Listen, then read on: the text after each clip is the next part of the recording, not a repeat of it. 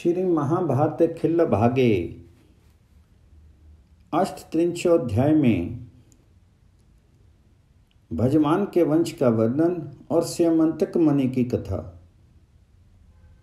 विषमपायन जी कहते हैं, राजन, अंधक पुत्र भजमान के रथियों में मुख्य विदुरथ नामक पुत्र हुआ।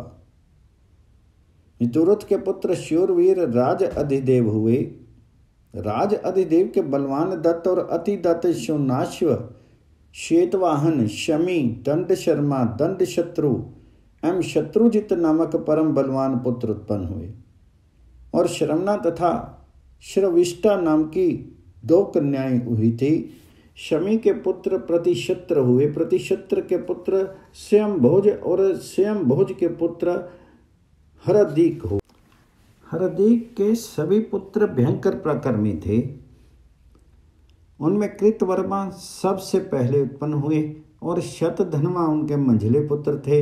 देवऋषि च्यवन के वचन से शतधन्वा के भिषक, वैत्रन, सुदांत तथा विदांत नामक 4 पुत्र उत्पन्न हुए तथा कामदा और कामदंती नाम की 2 पुत्रियां उत्पन्न हुईं। अंधक पुत्र कंबल बहिर्षि के पुत्र विद्वान देववान हुए तथा वीर असमोजा एवं नासमोजा नामक 2 पुत्र और हुए। अंधक के कुकर आदि के अतिरिक्त सुंदृष्ट, चारुरूप और कृष्ण नाम के 3 पुत्र और थे। अंधक ने उन तीनों पुत्रों को पुत्रहीन असमोजा को दे दिया। इनका तथा और भी बहुत से अंधक वंशी राजाओं का आपसे वर्णन कर दिया। जो पुरुष नित्य प्रति अंधकों के इस वंश का वर्णन सुनता है, उसका वंश अति विस्तृत हो जाता है, उसमें कुछ संदेह नहीं है। यदुपुत्र क्रोष्टा के गंधारी और मांद्री नाम की 2 भार्याएं थी। गांधारी के पुत्र महाबली अनमित्र हुए और माद्री के पुत्र युधाजित और देवम मृडवान हुए। अपराजित अनमित्र शत्रुओं को जीतने वाले थे। अनमित्र के पुत्र निघ्न हुए। निघ्न के परसैन और सत्राजित नाम के 2 पुत्र उत्पन्न हुए। वे दोनों शत्रुओं की सेनाओं को जीतने वाले थे।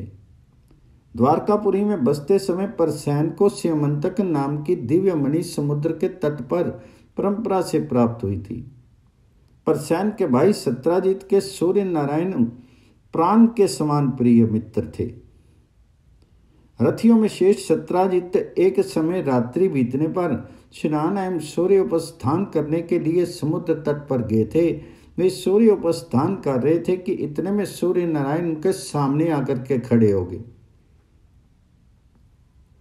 उस समय सर्वशक्तिमान भगवान सूर्यदेव अपने तेजस्वी मंडल के मध्य में विराजमान थे।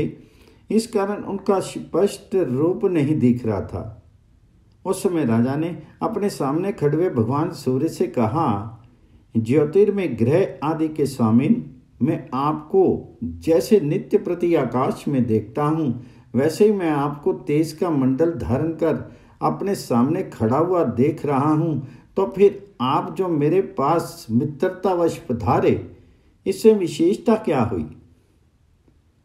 इतना सुनते ही प्रभु सूर्य नारायण ने अपने कंठ से मणि रत्न स्यमंतक को उतार करके एकांत में लग रख दिया।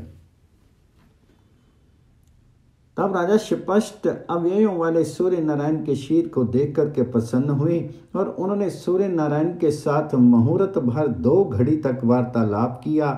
बातचीत करने के अनंतर जब सूर्य नारायण फिर चलने लगे, तब सत्राजित ने उनसे कहा, भगवान, आप जिससे सदा इन तीनों लोकों को प्रकाशित करते रहते हैं, उस स्यमंतक मणि को मुझे दे दीजिए। तब सूर्य नारायण ने वह स्यमंतक मणि उन्हें दे दी और राजा ने उसे बांध करके नगर में प्रवेश किया। तब तो मनुष्य, ये सूर्य जा रहे हैं कहते हुए उनके पीछे दौड़े। इस प्रकार नगरी को विस्मित करते हुए वे राजा अपने रनवास में चले गए। तदंतर राजा सत्राजित ने मणियों में रत्न रूप वह दिव्य समंतक मणि प्रेम के कारण अपने भाई परसैनजीत को दे दी। वह मणि जिस वृष्णि और अंधक कुल वाले के घर में रहती थी, उसके यहाँ वह स्वर्ण की वर्षा करती रहती थी। उस देश में मेघ समय पर वर्षा करते थे और वहाँ व्याधि का भय भी नहीं होता था। श्री कृष्ण ने परसेनजीत से मणियों में रत्न के समान में दिव्य मणि स्यमंतक लेनी चाहिए, परंतु उसने नहीं दी। श्री कृष्ण यद्यपि समर्थ थे, तथापि यह मणि उन्होंने बलपूर्वक नहीं छीनी। पर सैन एक समय उस मणि से विभूषित होकर के शिकार खेलने गए और मणि के कारण ही वन में विचरण करने वाले सिंह के द्वारा मारे गए। तदंतर महाबली ऋक्षराज जामान ने उस दौड़ते हुए सिंह को मार डाला और उस मणि रत्न को लेकर के वे अपने गुफा में घुस गए। उस समय परसेन के मारे जाने से सभी वृष्णि और अंधकों ने यह समझा कि श्री कृष्ण ने सत्राजित से मणि मांगी थी, अतः उन्होंने ही उनको मार डाला होगा। यद्यपि उन्होंने ये कार्य नहीं किया था, फिर भी उस धर्मात्मा पर ऐसी शंका की जा रही थी, अतः मैं मणि को लाऊंगा, ये प्रतिज्ञा करके वे वन को चले। उन्होंने विश्वासी मनुष्यों से जहाँ पर सैन ने शिकार खेला था, वहाँ उनके पैरों के चिन्हों का पता लगाया। उन चिन्हों के सहारे खोज लगाते लगाते जब महात्मा श्री कृष्ण थक गए, तब उन्होंने ऋक्षवान और विंध्य नामक पर्वत श्रेष्ठ पर्वतों को देखा। श्री कृष्ण ने वहां पर सैन को और उसके घोड़े को मरा हुआ पाया, परंतु जिसकी उनको इच्छा थी वह मणि उन्हें वहां नहीं मिली। तदंतर सैन की लाश से थोड़ी दूरी पर ही रीछ के द्वारा मारा हुआ सिंह उन्हें पड़ा हुआ दिखा। मारने वालों के पैरों से ये पता चलता है कि वह रीछ था। तदंतर माधव ने रीछ के पद चिन्हों से रीछ को गुफा को ढूंढना आरंभ किया। उस समय श्री कृष्ण ने रीछ के बिल के पास पहुंचने पर एक स्त्री की वाणी सुनी। उन्हें ऐसा लगा कि धाएं जामान के बालक पुत्र को लेकर के मणि से खिलाती हुई उससे कह रही थी, तो रो मत।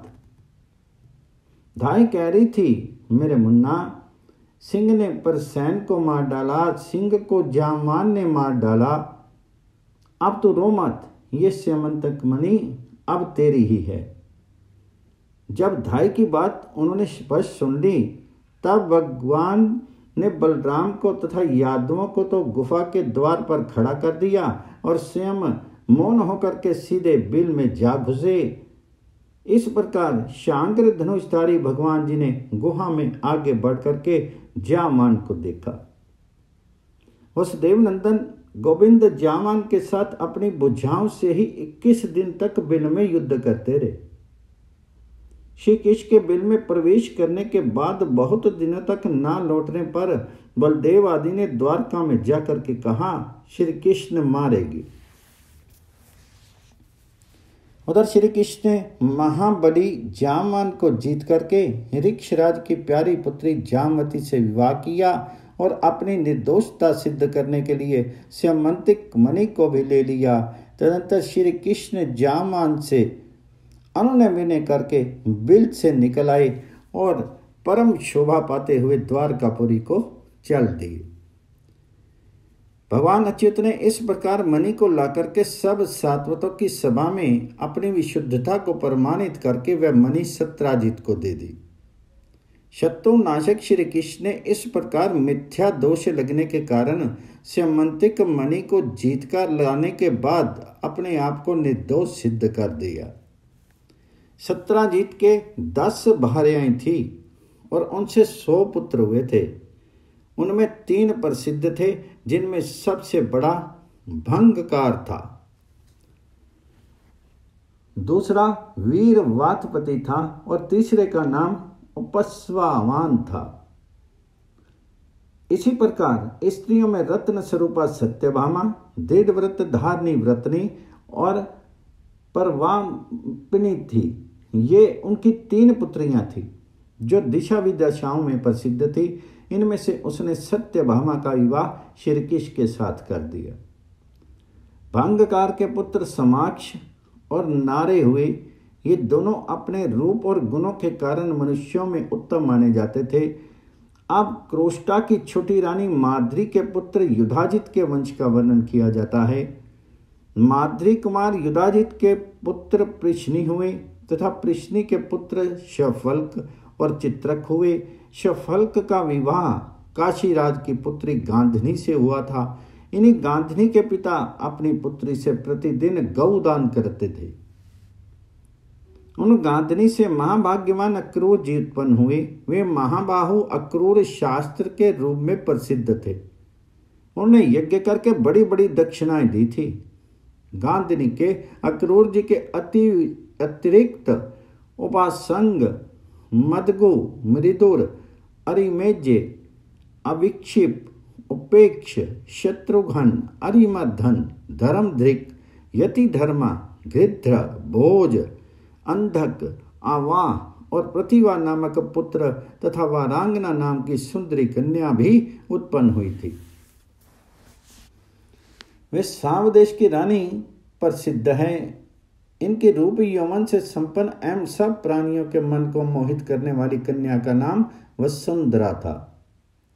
करुनंदन अक्रूर से उग्रसेनी के द्वारा देवता के समान कांति वाले परसैन और उपदेव नामक 2 पुत्र उत्पन्न हुए थे। अक्रूर जी के चाचा चित्रक के श्रवणा और श्रविष्टा नाम की 2 धर्मपत्नियां थी। उनसे पृथु, विपृथु, अश्वग्रीव, अश्वबाहु, सुपार्शक, गवेष्ण, अरिष्टनेमि, अश्व, सुधर्मा, धर्मभृत, सुबाहु और बहुबाहु नामक पुत्र हुए। जो पुरुष श्री कृष्ण जी के इस मिथ्या कलंकी कथा को पढ़ता है उसको झूठे दोष कभी नहीं लगते हैं।